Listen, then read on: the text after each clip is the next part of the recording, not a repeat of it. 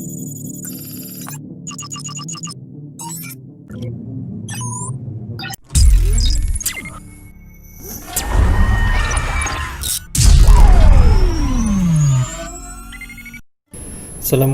warahmatullahi wabarakatuh. Pada video keempat ini kita akan membahas mengenai OOP.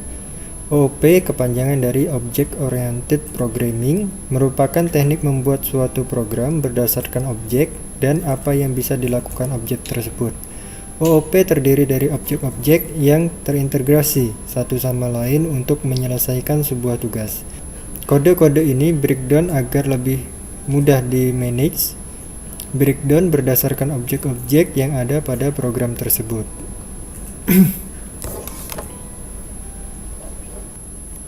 Sebelum kita mempelajari lebih jauh mengenai OOP, kita akan mencoba untuk mengenal yang namanya kelas dan objek. Kelas merupakan kumpulan dari objek yang sejenis. Kemudian objek merupakan benda, baik secara fisik atau konseptual.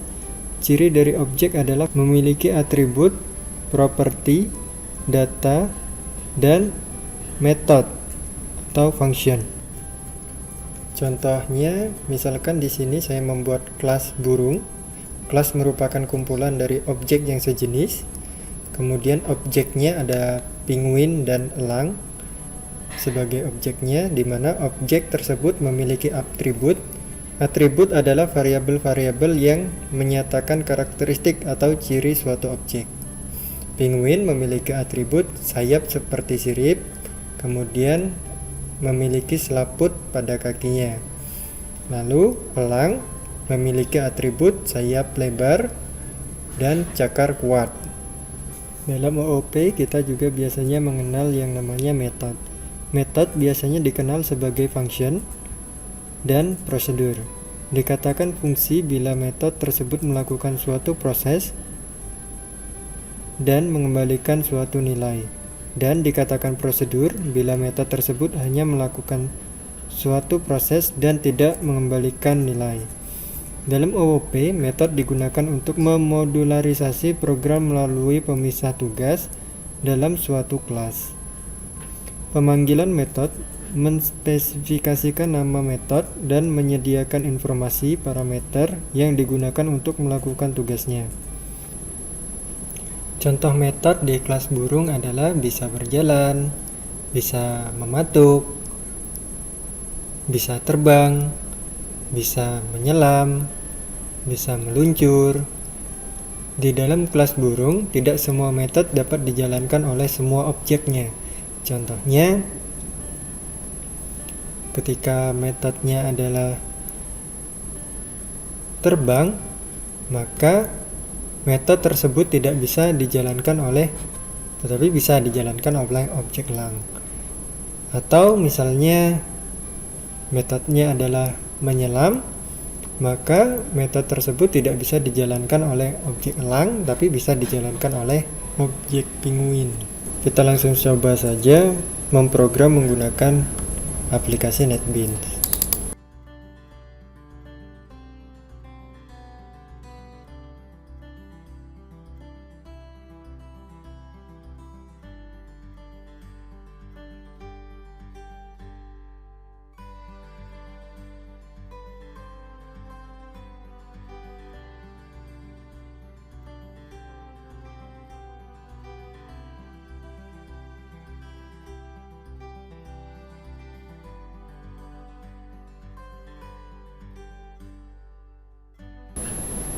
Kemudian saya akan buat project baru.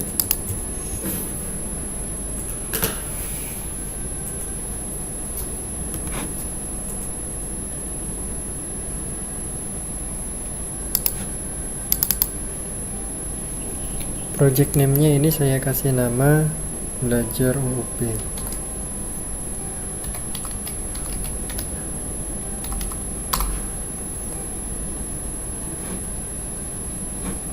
Saya buat create main class, saya centang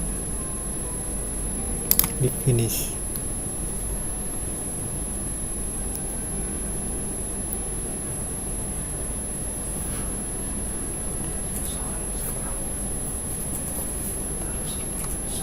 Oke, biar nggak bingung, ini saya hapus dulu.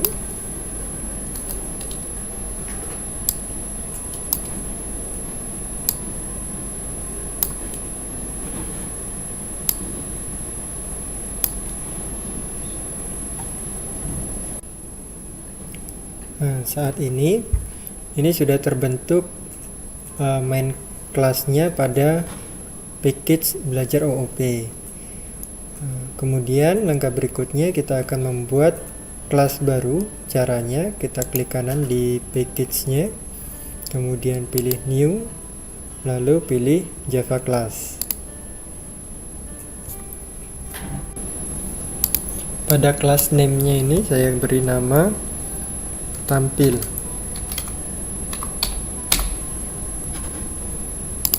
Finish. Kemudian di kelas tampil ini saya punya metode void keren. Di metode void keren ini dia mengeksekusi menampilkan tampil keren.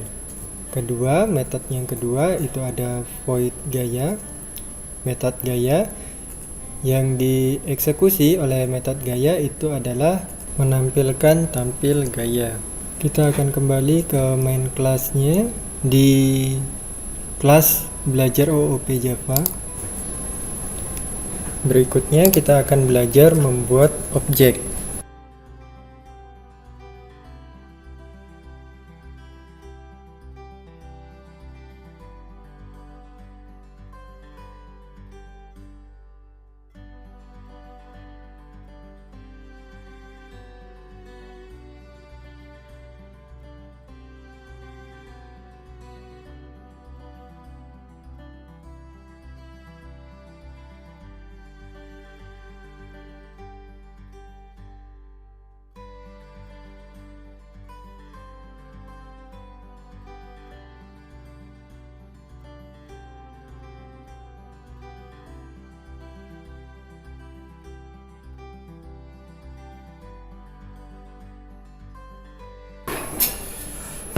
Sekarang ini kita telah selesai membuat objek 1 dengan nama O1 dan objek 2 dengan nama O2. Setelah itu kita panggil objek satunya O1. Ini objek 1 ini dia mau menjalankan apa? Menjalankan metode yang ada di kelas tampil. Mau di sini ada metode keren dan metode gaya. Ya, tinggal dituliskan di sininya. Kita tuliskan objeknya. Saya buat objek 1 titik, kemudian kita pilih metodenya. Saya pilih metode gaya, kurung, buka kurung, tutup kurung, kemudian titik koma. Oke, setelah itu kita coba run, dijalankan.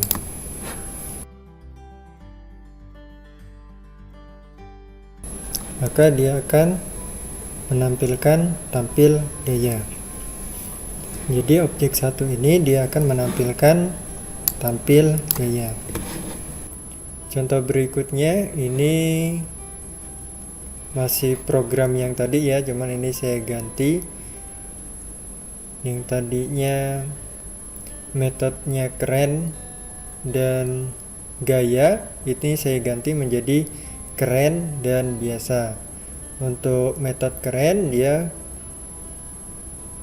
mengeksekusi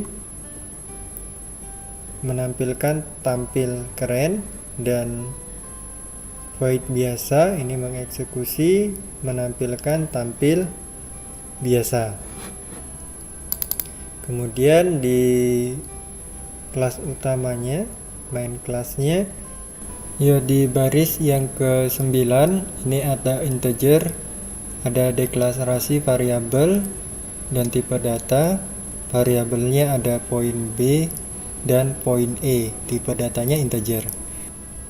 Lalu di baris 10 ada fungsi scanner. Ini fungsi yang digunakan sebagai input data. Kalau menggunakan fungsi scanner, jangan lupa di import datanya, import scanner. Lalu berikutnya pada baris ke-12 objeknya ada Budi dan Eko. Objek 1 adalah Budi, objek 2-nya Eko. Lalu di sini menampilkan nilai penampilan Budi, range-nya 0 sampai dengan 10. Kemudian di sini ada input nilainya, poin B, input nilai poin B. Lalu menampilkan Budi. Lalu di sini ada percabangan atau if. Di sini ada program if else dimana jika poin B bernilai kurang pada baris ke-18, ini ada program pilihan if else,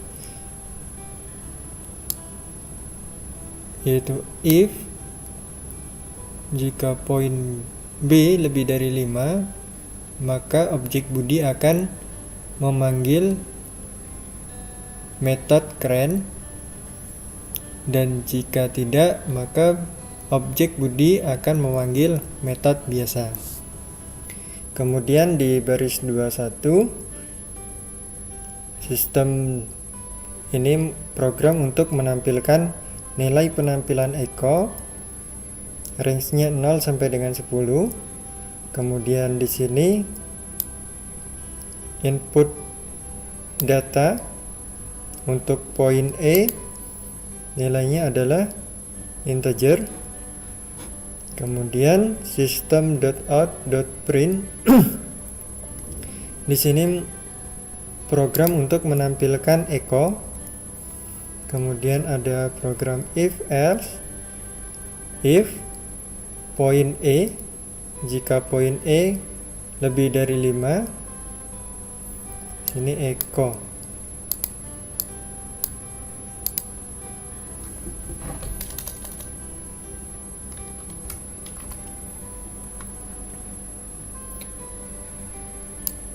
Eko pakai E-nya E kecil.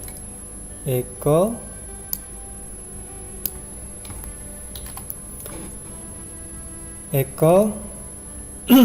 akan memanggil metode keren. Jika tidak, else, Eko akan memanggil metode biasa.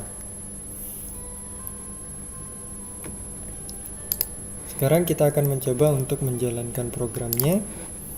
Saya jalankan, maka akan tampil. Yang pertama tampil adalah nilai penampilan Budi. Ini kita masukkan nilainya, range-nya 0 sampai dengan 10. Saya masukkan nilainya 8. Maka dia akan menampilkan Budi.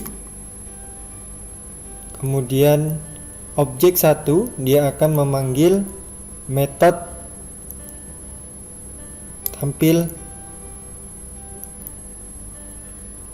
metode keren. Kemudian di bawahnya lagi nilai penampilan Eko, kita masukkan nilainya, range-nya 0 sampai dengan 10. Saya masukkan 3. Oke, enter. Maka akan menampilkan Eko. Kemudian objek Eko akan memanggil metode biasa. Demikianlah video singkat yang bisa saya sampaikan. Jika ada kekurangan dalam kata-kata atau pembuatan video ini, saya mohon maaf. Saya akhiri video ini. Wassalamualaikum warahmatullahi wabarakatuh.